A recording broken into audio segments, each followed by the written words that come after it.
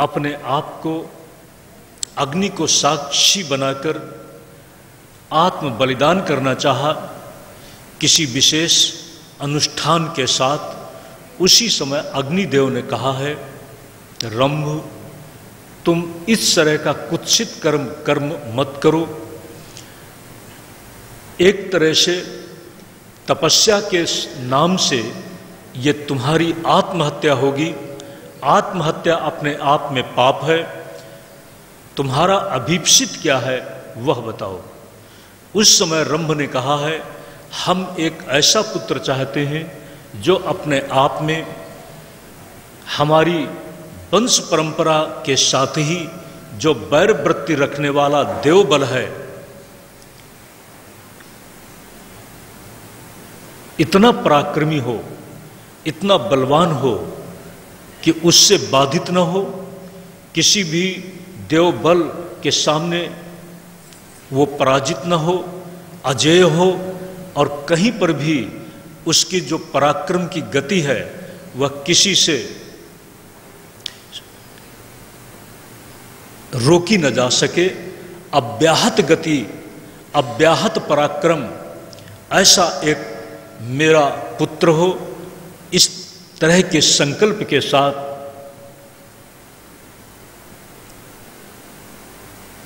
आपकी यदि सहमति है तो मैं अपने आप को इस आत्म बलिदान करने की जो हमने योजना बनाई है उससे हम अपने आप को रोक सकते हैं।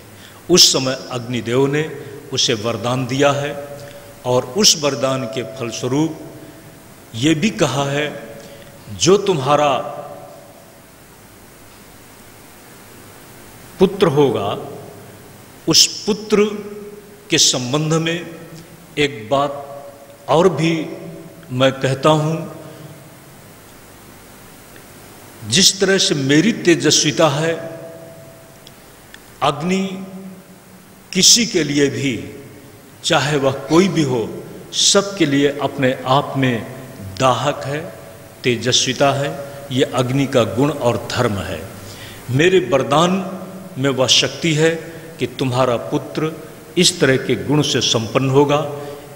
इस वरदान को पाने के साथ रंभ, कल आपको एक संकेत दिया था, एक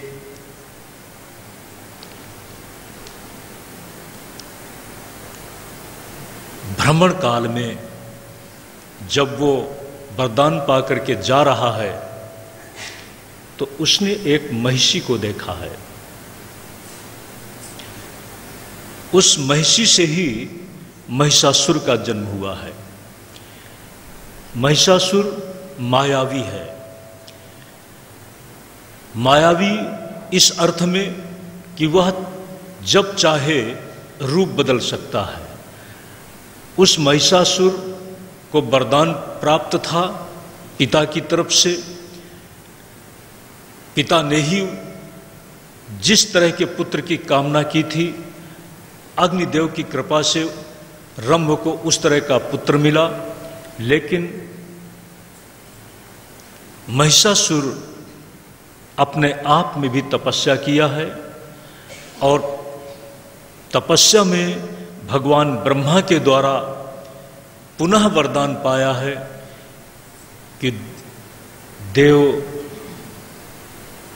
गंधर्व, यक्ष, राक्षस, मनुष्य कहीं पर भी हमारी हार न हो, कहीं पर मेरी मृत्यु न हो। ब्रह्मा जी ने कहा, मृत्यु तो अवश्यंभावी है, मृत्यु तो निश्चित ही होगी, लेकिन अमर होने की बात न तो शास्त्र सम्मत है और न तो मेरे द्वारा ही अमृत देने की बात का औचित्य है। तुम अपनी मृत्यु स्वयं बता दो, किसके द्वारा संभव हो सकती है। उसने कहा, मैं देखता हूं संसार में मुझे कोई कहीं पर रोक नहीं सकता। ब्रह्मा, विष्णु और आप तो हमारे स्वयं पोषक हैं, क्योंकि वरदान दे रहे हैं, तो आपसे तो मुझे भय है ही नहीं। कहीं पर भी मेरी पराजय नहीं, कहीं पर भी किसी के हाथों से मेरा वध नहीं। एक उसके अंदर उस महामाया ने सोचा कि इसकी बुद्धि को चलित कर दो। उस महामाया से सम्मोहित होकर वह स्वयं कह बैठा कि नारी तो मेरे लिए कुछ है ही नहीं, मेरी कहीं भी मृत्यु किसी से न हो, लेकिन नारी के बारे में तो कुछ कहना नहीं, उससे मुझे कोई भय नहीं है, वो मेरा क्या कर सकती है। इसके अलावा किसी से मेरी मृत्यु न हो, कहीं पर भी मेरी पराजय न हो। ब्रह्मा जी ने कहा एवमस्तु। ध्यान दें, उस वरदान को प्राप्त कर लेने के साथ महिषासुर स्वर्ग और विविध लोग सब पर वह अपना प्रभुत्व स्थापित कर लेता है। स्वर्ग के देवता लोग विचलित हो गए, क्योंकि जब यज्ञ आदि का ही अनुष्ठान नहीं होता, यज्ञ की व्यवस्थाएं बंद हो गईं। सभी देव एक साथ एकजुट होकर के भगवान विष्णु के पास गए। भगवान शंकर, भगवान ब्रह्मा एक जगह पर बैठे हुए हैं। चारों तरफ से निरुपाय देव समुदाय ने प्रार्थना की कि आप ही हमारे संरक्षक हैं और हमें महिषासुर के आतंक से बचाइए। उस समय हमारे भगवान विष्णु, भगवान शंकर महिषासुर से युद्ध करने के लिए चले हैं। देवी भागवत में इस तरह का उल्लेख है कि महिषासुर के पराक्रम के सामने भगवान विष्णु भी पाते हैं कि मेरी शक्ति, मेरा बल आज कुंठित हो रहा है। मेरा चक्र सुदर्शन भी आज महिषासुर के सामने जैसे विफल सा हो रहा है। भगवान शंकर भी अपने आप में महिषासुर के सामने अपने आप को पाते हैं कि मेरा वह बल, जिस बल से मैंने त्रिपुरासुर को खत्म किया, आज मेरा वह बल महिषासुर के सामने कुंठित हो रहा है। सब ने एकजुट होकर के बहुत चिंता की है और उस चिंता के साथ एक तेज निकला है। उस तेज को आपने सुना है। दुर्गा सप्तशती में आपने इस आख्यायिका को, कहानी को सुना है। सभी देवों में से भगवान शंकर के मस्तक से तेज निकला, सभी देवताओं से तेज निकला और एक जगह पूंजीभूत हो गया। उस तेज को सभी देवताओं ने देखा कि एक दिव्य नारी के रूप में वह बदल गया। सभी देवताओं ने अपने अपने आयुध जिनके पास जो थे उस शक्ति को दिया है। ये वह शक्ति है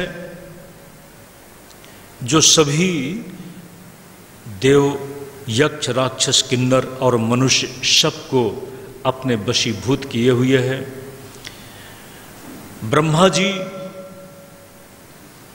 वरदान के माध्यम से महिषासुर को इतना प्रबल बना देते हैं और महिषासुर ये मानता है कि मेरा कहीं पर भी अंत नहीं, लेकिन इस जगत को शासित करने वाली और जीवन के साथ जन्म और मृत्यु की व्यवस्था को निर्धारित करने वाली महाशक्ति आज स्वयं महिषासुर मर्दिनी के रूप से उपस्थित है।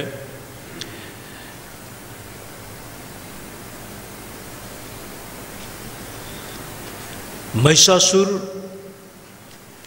अपने सेना नायकों में चिक्षुर, बाष्कल, अंधक, अशिलोमा आदि बड़े बड़े जो उसके सेना नायक हैं उनको युद्ध में भेजा है और उस महिषासुर मर्दिनी के पास स्वयं एक दूत को भेजता है। बहुत ही समानांतर कथा शुंभ और निशुंभ को जब सूचना मिलती है चंड मुंड के द्वारा कि एक दिव्य युवती जो नारी रत्न, देखो नारी को रत्न के रूप में बताया गया है, स्त्री रत्नम। आपके कोश में तरह तरह के रत्न हैं, लेकिन मुझे लगता है कि वे रत्न सब फीके हैं। आपने देवताओं को पराजित करके इंद्रपुर जीत लिया, ऐरावत पा लिया, उच्चैश्रवा आपके पास में है, लेकिन एक वह रत्न जिसके बिना आपका संपूर्ण अंतःपुर फीका लगता है, चंडमुंड ने ये कहा था। इसी तरह से महिषासुर मर्दिनी के बारे में महिषासुर ने जब सुना है तो अपना दूत भेजा है। देवी भागवत में ये कथा विशेष रूप से उल्लिखित हुई है।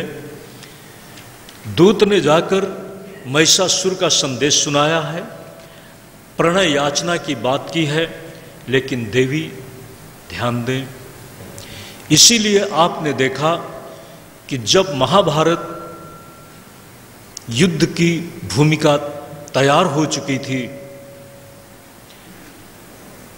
भगवान श्री कृष्ण के द्वारा अपनाया गया शांति का प्रयास भी विफल हो गया। जिस समय भगवान शांति दूत का रूप लेकर के दुर्योधन को अपने अधर्म के, अनैतिकता के, अन्याय के रास्ते से हटकर शायद इसकी बुद्धि अंत समय में भी पलट जाए, एक प्रयास भगवान श्री कृष्ण ने किया। कोई ये न कह सके कि भगवान को कम से कम पक्षपात नहीं करना चाहिए था। पांडवों के पक्ष में भगवान ने दुर्योधन को एक भी अवसर नहीं दिया, ऐसा कहने के लिए कोई आधार न रहे, इसलिए भगवान ने एक प्रयोग किया। शांति का संदेश लेकर के जाते हैं धृतराष्ट्र, और धृतराष्ट्र की सभा में भगवान श्री कृष्ण का प्रयास विफल हुआ। दुर्योधन ने भगवान का स्वागत करने के लिए योजना बनाई है, लेकिन भगवान ने कहा है, दुर्योधन तुम्हारे स्वागत की ये सामग्री, तुम्हारे द्वारा खाने पीने की ये सारी व्यवस्था दो ही हालतों में स्वीकार हो सकती है। किसी के यहाँ या सो प्रेम से जाया जाता है, प्रेम से खाया पिया जाता है, तुम्हारा मेरे प्रति प्रेम नहीं है, या फिर किसी अभाव में जब व्यक्ति आ जाता है तब किसी के पास जाता है, खाता पीता है, तो मेरे पास कोई अभाव नहीं है। न तो तुम्हारा मेरे प्रति प्रेम है और न तो हमारे पास किसी तरह का अभाव है कि तुम्हारी इन वस्तुओं को हम स्वीकार करें। तुम ये मुझे क्यों देना चाहते हो? दुर्योधन के पास कोई उत्तर नहीं था। भगवान ने कहा कि अगर दुर्योधन तुम देना चाहते हो तो जो पांडवों का अधिकार है पांडवों को उनका अपना अधिकार दो। पांडवों का जो नैतिक संपत्ति पर अधिकार है, उनको उतनी संपत्ति दो जितनी संपत्ति उनके लिए आवश्यक है। अगर तुम देना चाहते हो तो ये दो।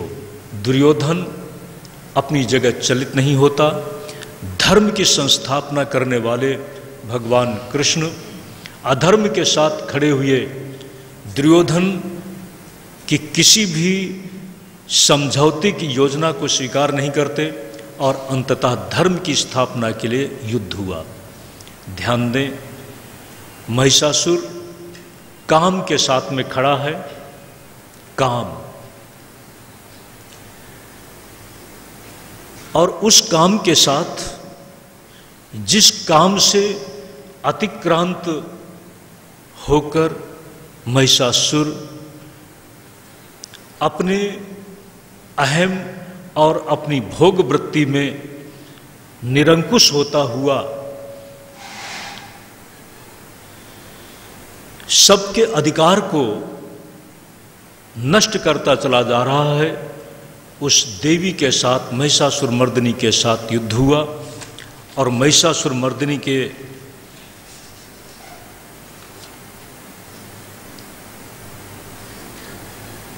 उस प्रबल बल के साथ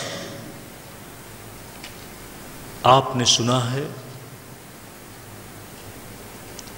महिषासुर, आज भी कहावत है, आज भी देखा जाता है, महिष, महिष कहते हैं भैंस, भैंसा को। आपने ये भी सुना है कि भैंसा यमराज का वाहन है। ध्यान देना,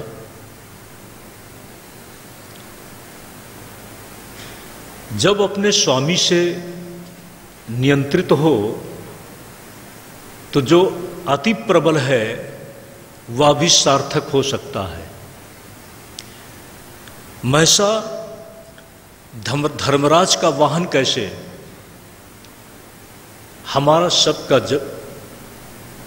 आसपास का जगत काम की व्यवस्था से चलने वाला जगत है। जितना भी ये संसार आप देख रहे हैं, काम का विस्तार है। बढ़ती हुई बस्ती आखिर काम का ही तो विस्तार है। काम दो तरह का है, एक सृष्टि विस्तार का मूल, और दूसरा है जो कुछ बन चुका है, जो कुछ जन्म ले चुका है, उसको चलाने के लिए आवश्यक कर्म के रूप में काम। सृष्टि मूलक काम और व्यवहार में कर्म मूलक काम, दोनों को ही काम कहा गया है। ये सारा संसार दोनों